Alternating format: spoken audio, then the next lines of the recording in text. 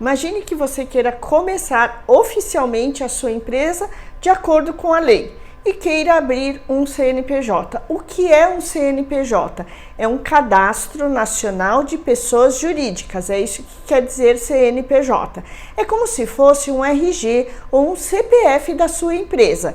Então, a primeira coisa que você precisa saber é qual o ramo de atividade e de atuação que você vai ter. No meu caso, eu fiz um estudo com o meu contador e eu falei o que eu trabalhava. E ele então foi ver perante a lei qual era o nome como que o meu CNPJ se encaixava. Então ele se encaixou como buffet, souvenir, brindes, vendas de produtos, locação e prestação de serviço. Tudo isso foi incorporado no meu CNPJ. Existe um código, tá? Só que isso você precisa ver com o seu contador, se você for abrir com o contador. Outra coisa é ter a noção que é uma empresa como outra qualquer. E você vai ter um custo para abertura, o contador vai te cobrar esse valor para abrir a sua empresa em vários órgãos do governo, prefeitura, estado, município, federal, enfim, ele cobra por isso e esse custo depois terá um custo mensal. E esse custo ele precisa estar computado lá no seu custo fixo, que nós falaremos mais para frente no nosso curso. Mas também existe uma outra possibilidade que é muito legal para quem está começando. E eu queria falar um pouquinho, porque talvez você vai mais se encaixar nessa situação. Você pode abrir um MEI. O que é MEI? MEI é o microempreendedor individual. Em 2008 surge o MEI, então já faz muito tempo que ele existe, mas às vezes você não sabe que é essa possibilidade de você abrir. É uma possibilidade de registro do CNPJ através da Lei 128, que ele visa formalizar o pequeno empresário individual, aquela pequena empresa que está ainda lá na casa. Se encaixa nessa categoria os trabalhadores que, primeiro, possuem um faturamento de até R$81 mil por ano, então você que está começando pode se encaixar nisso, e você não pode ter sócio ou titulares em outra empresa, tipo abrir o MEI, mas eu sou proprietária de outra empresa, não pode. Você só pode ter no máximo um empregado, tá?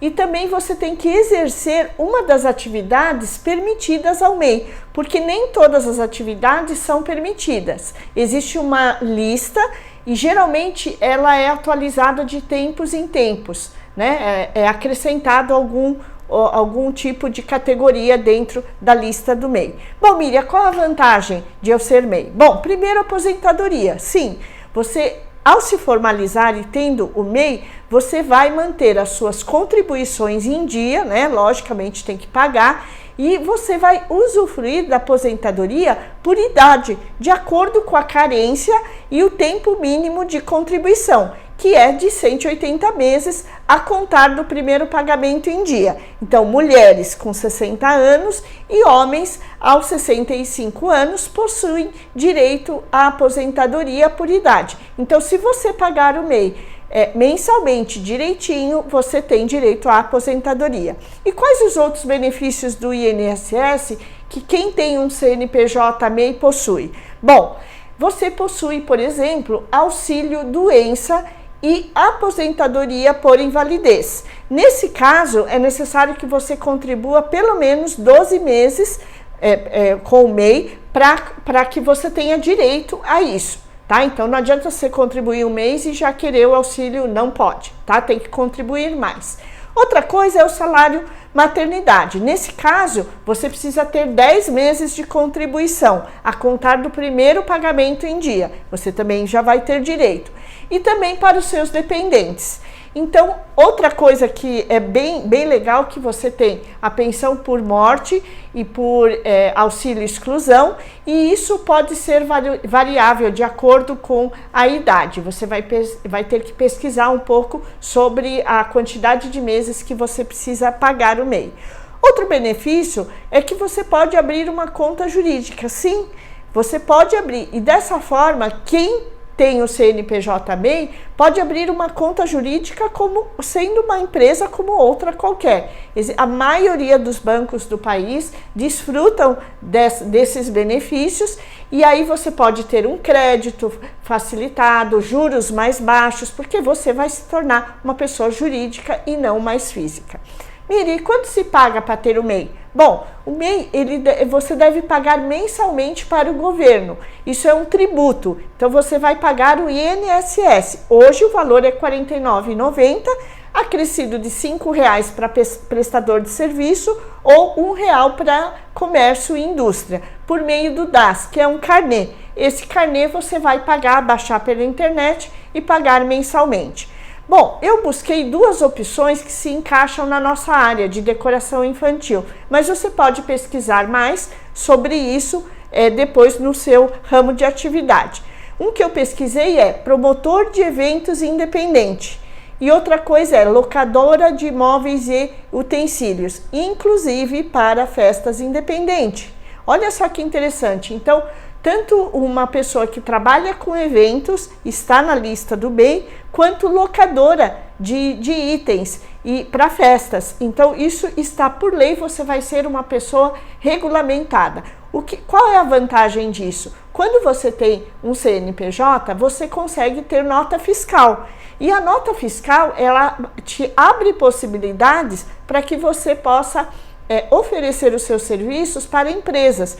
Porque quando você faz presta um serviço para uma empresa, a empresa, não adianta você chegar lá e falar, olha, eu recebi, custa tanto, me dá aqui. Não é uma pessoa física. Você precisa provar, através de um documento contábil, que você prestou aquele serviço. E existem duas formas, existem dois tipos de nota fiscal. Existe a nota fiscal de venda, que é quando você comercializa um produto, você compra um produto e revende, ou você faz um produto e vende, e existe a prestação de serviço. Por exemplo, quando eu vou decorar uma vitrine, por exemplo, que eu não estou